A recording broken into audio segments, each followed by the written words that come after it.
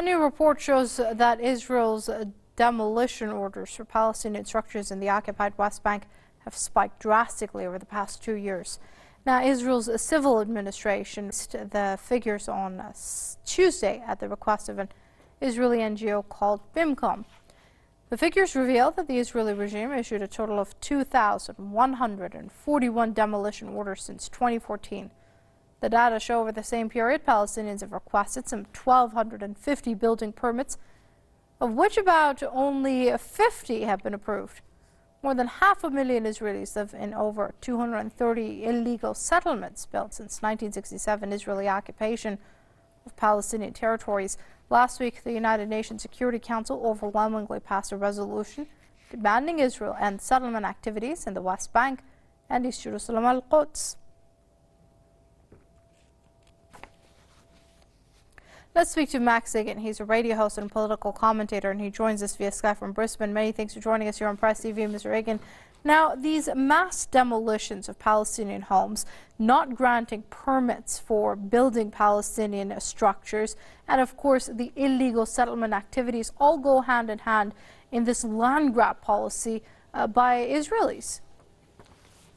Exactly, that's what it's all about. It's what it's always been about, and there's been such a massive spike in it in the last couple of years due to the global conflict. You'll notice that whenever there is global situations such as what's happening in Syria, the refugee crisis in Europe, the situation in Yemen, Israel will always use these external crises to escalate activity against the Palestinian people.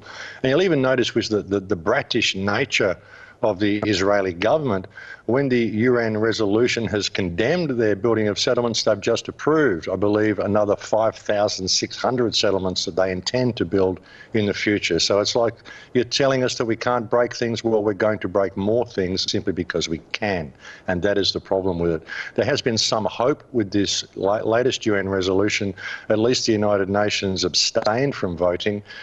Pity they didn't show a little backbone and actually vote against it, but at least it's showing that even the United States is becoming embarrassed by the actions of this rogue state.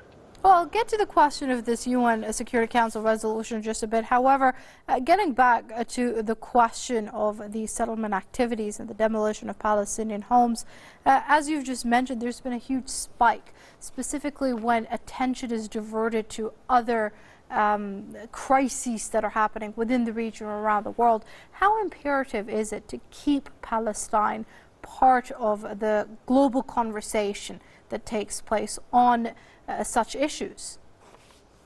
It's extremely important. Like, Palestine is the key to the whole thing. It really is. And if people do not address the situation in Palestine, I've often said, the way of Palestine will be the way of the world.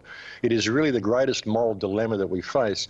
And it is an issue which is causing massive tensions right around the world, all throughout the entire region. It's a hugely important issue. If we can rein in the rogue state of Israel, and stop its actions against Palestine, we can do a lot to healing the global situation. It's a very, very important issue. Okay, so getting back to this UN Security Council resolution, you've expressed hope, and a lot of other commentators are also expressing some cautious optimism. But a lot of this is going to change once there's a new administration in power in the United States. It is. That's the problem. It's going to have to see what Trump does. He's made a lot of rhetoric, a lot of colourful rhetoric. A lot of his associations don't look good. I can understand also that he has to say certain things to appease certain forces in order to make it to the big chair. It's going to see what happens when he actually gets to that big chair. But he has an opportunity to make a difference. If he can do something about withdrawing support from the State of Israel, make sure that this nuclear deal stays intact with Iran, and he really has a position, an opportunity to do some good things here. But it's just going to have to wait and see what happens when he takes the big chair. I'm being hopefully optimistic, but I don't have any real hope for the matter. I think it's going to have to come from the people, and the people of the world have to stop withdrawing support from a system which is simply not supporting the people. And before I let you go, Mr. Igan, of course, there's also, when we talk about change, let's not forget Ban Ki-moon will be leaving office as well, the UN Secretary General. How would history judge his position when it comes to Palestine? Look, it's just been more of the same. These people, they don't seem to do anything. The UN is an organisation which up to this point has had no backbone at all. It's more of a united dictatorship. You've had all of these countries signed into it, and yet you've got some very powerful countries who are all the ones creating massive global instability, who have the power of veto over these countries.